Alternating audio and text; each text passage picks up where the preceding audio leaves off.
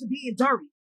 Girl, that's just you. You can just use your EBT to get motherfucking baking soda to brush your teeth. Because how in the fuck is it been 2.5 years for y'all to provide fucking hygiene products? Bitch, you got on here and you told the world that you needed this, that, and the third. Why you didn't ask for toothpaste? Now, granted, I didn't look at your motherfucking Amazon wish list. I ain't go over there. I don't follow you. I don't subscribe to you. But this is my point. Like, you had a whole Amazon fucking wish list and you ain't asked for none of that shit. I mean, you just went by. Now you bringing this shit up. Like, ain't no fucking way you gonna tell me you didn't ask these motherfuckers for motherfucking toothpaste, toothbrush, tissue.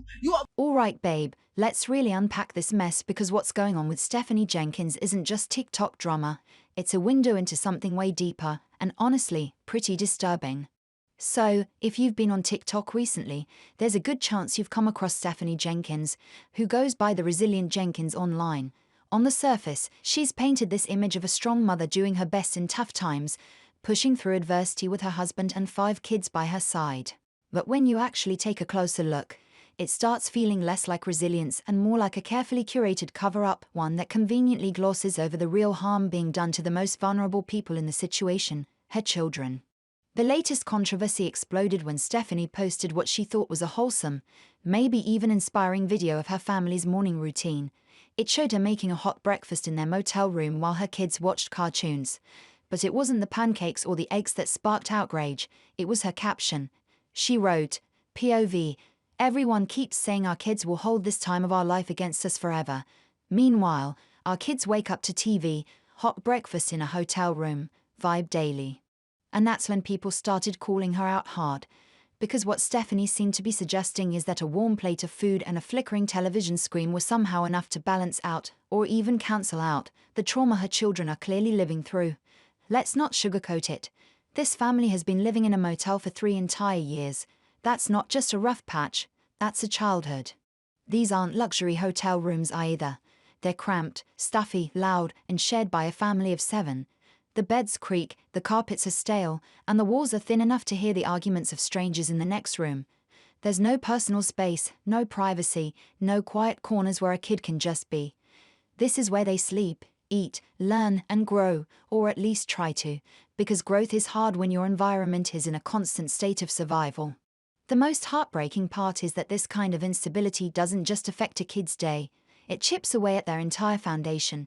And instead of treating the situation with the gravity it deserves, Stephanie keeps spinning it as some quirky, alternative lifestyle, where microwave meals and positive affirmations are enough to get by. But no matter how cozy she tries to make it look on TikTok, the reality is brutal. Her kids aren't on a cute road trip. They're living in a rotating state of temporary shelter, clinging to whatever comfort their parents can scrape together. To make matters worse, Stephanie isn't just unaware of the damage, she seems to be defending it. In another caption, she doubled down, saying, I'm not denying the emotional effects these transitions have had on our kids, but our kiddos will be the first to tell you that mom and dad do everything we can to make our motel room feel like a safe environment.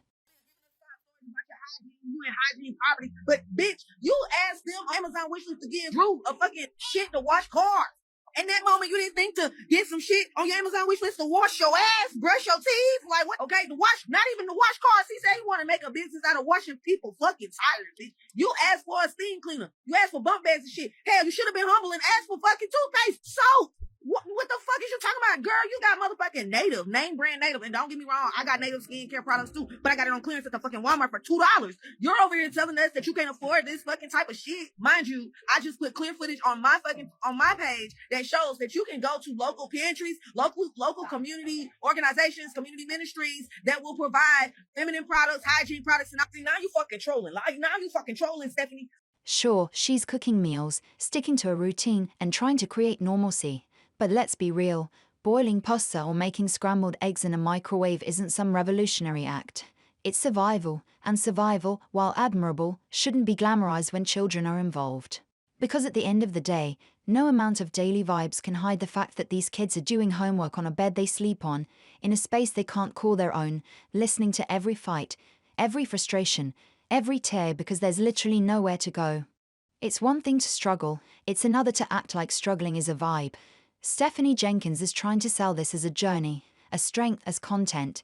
But what the world is seeing are 5 kids living in constant uncertainty, being taught that eggs and cartoons are good enough to make up for missing birthday parties, safe bedrooms, or even just a quiet moment alone. Trauma doesn't get erased by a cinnamon Pop-Tart.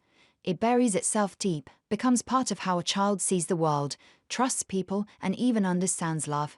And that kind of pain, it doesn't just go away once the camera stops recording. The worst part is that these kids may not even fully understand what they're missing yet, but they will. And when they do, it's going to hit hard. They deserve to be able to close a door and feel like their space matters. They deserve to shower in a clean, private bathroom, not one crammed with 7 people, where every morning feels like a battle for time, space, and even dignity. To pretend this lifestyle is okay isn't just misguided, it's cruel. It's taking struggle and dressing it up as strength, spinning hardship into a quirky narrative, and acting like a hot breakfast and a TikTok filter can somehow hide the truth. But it can't, because the truth is that Stephanie Jenkins' children are being denied the most basic things. Every child should be guaranteed things that should have never been up for debate. Right now, her kids might seem okay with this life. They're young, they trust easily, and they don't know what they don't know. To them, this overcrowded, uncertain way of living is just normal. Shared beds, peeling walls. I also live in unstable housing, and I'm going to talk about my experience living in a motel as a kid. We went from a 2-bedroom duplex to a 1-room budget motel, and we were a family of 5. The motel that we had was 1 room. It had 1 bed, 1 bathroom, and a tiny little kitchenette area, which we were fortunate enough to have. It had like a 2-burner stove and a half-size oven and a 1 sink. I'm the oldest, and then my little brother is the next oldest, and we slept on the floor. We originally did have air mattresses, but they just kept popping all of the time, so we just resorted to having lots of blankets on the floor, and it was still so uncomfortable. My little sister had either slept with my parents, or she slept in a playpen. I can't remember which one, but I want to say it was probably in a playpen. But she was just maybe a year or 2 old at the time. We had really limited storage space, so we had to be careful about the things that we... Constant noise, watching their parents spin their wheels with no real plan in sight. But one day, they'll grow up, and when they do, they'll see it for what it really was. Eventually, they'll witness what stability looks like in other families' where kids have bedrooms, privacy, structure, and a clear sense of safety. They'll start to understand what they were missing. And when that realization hits, it's going to hurt, because they'll come to see that their parents could have done more. That choices were made every day that didn't prioritize their well-being. That we did everything we could was never really the full story. Because everything should have included swallowing pride and asking for help when needed. Everything should have meant getting off social media and applying for real jobs. Everything should have meant putting the kids' peace above likes, sympathy, or going viral. But that didn't happen. And when the kids pieced that together, that their pain was a direct result of neglect, not just bad luck, it'll leave a scar deeper than any birthday they miss or any childhood memory lost to a dingy motel room. Right now, denial might feel comforting to Stephanie, maybe even empowering, but the truth is out there, and is quietly gaining momentum, waiting for the day her kids are old enough to understand what was actually going on behind the camera. And if you think this is just about a crowded motel room, think again. It gets worse when you see what's happening in the one and only bathroom this family shares. In what Stephanie labeled as a reset video, she filmed herself in the bathroom, probably thinking it was relatable content, but what she actually showed was a complete hygiene disaster. The tub was full of empty shampoo bottles, carelessly tossed around like clutter was part of the design. The drain was clogged with a thick, unidentifiable slime that made people gag just looking at it, and the grime caked onto the tub. It wasn't just some dust you could wipe down with a rag, it was so built up you could scrape it off in chunks. And this is the only bathroom that all 7 family members, including young kids, are using. These are kids who need clean, safe spaces to stay healthy, but they're being forced to live in conditions that are beyond unsanitary. I had my own duffel bag with 2 outfits, as my brother had his own bag, my parents had their own bags, and my little sister just basically had her diaper bag. Where the hotel was located at was in the ghetto of Vegas, like quite literally. So there was a lot of crime, there was a really busy parking lot, and we were right on like a main stretch of highway right there. So there was nowhere for me and my siblings to go outside and play.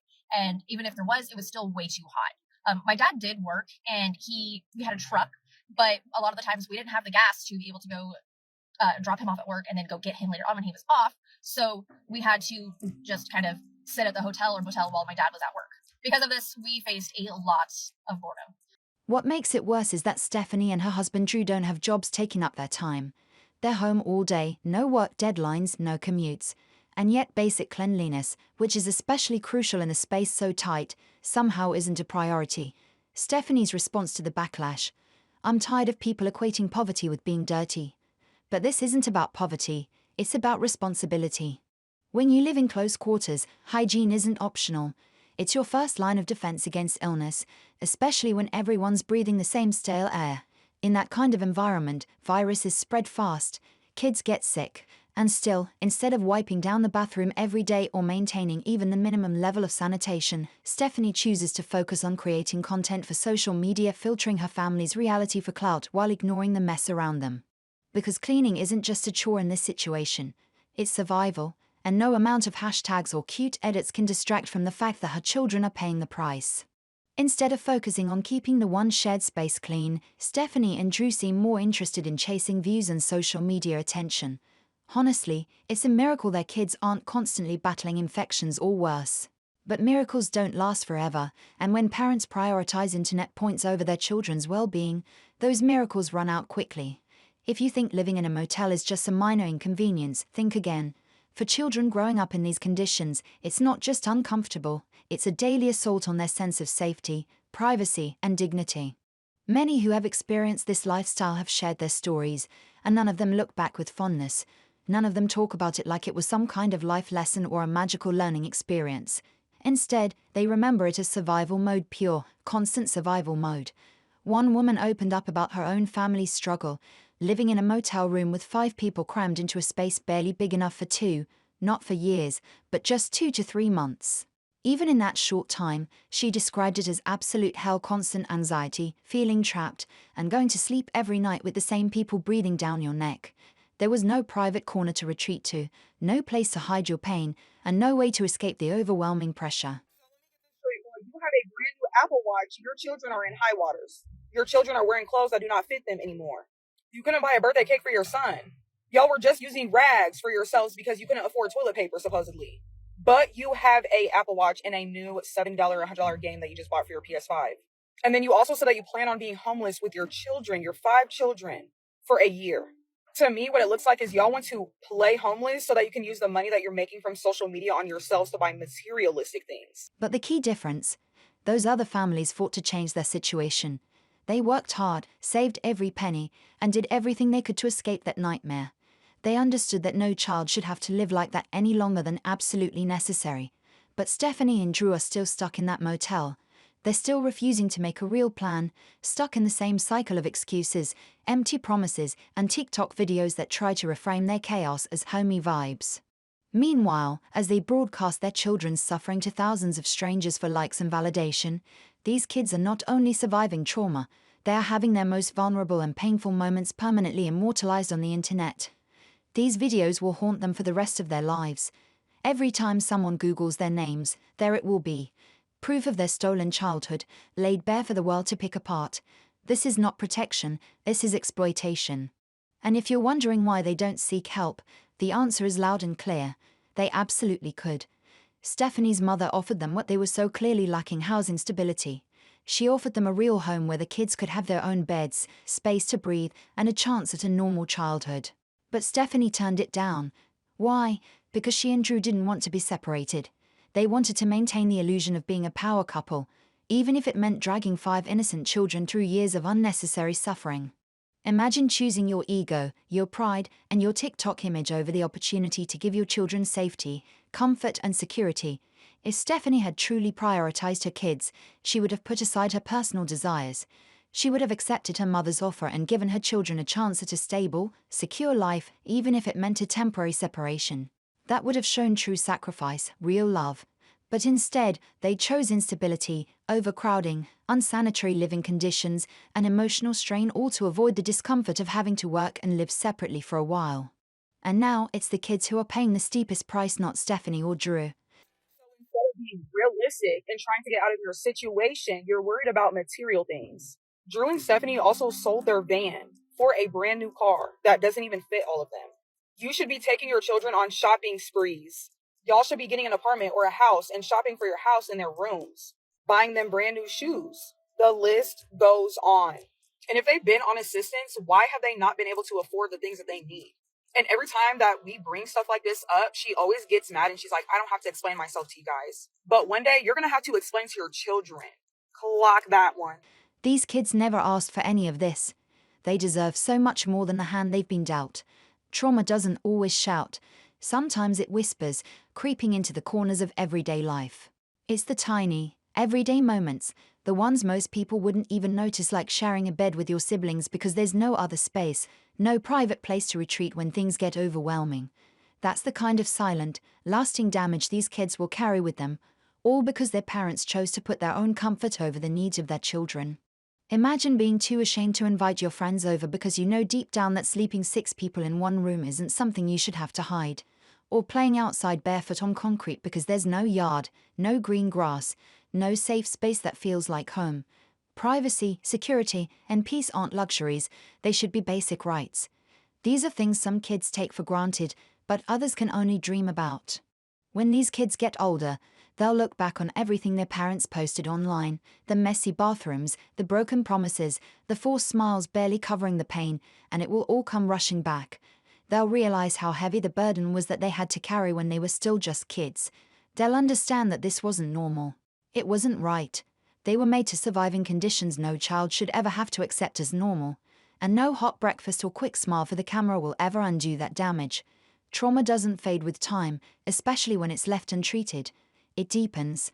It lingers in those quiet moments when the world is still and all you have left is your thoughts. Now, let's talk about money.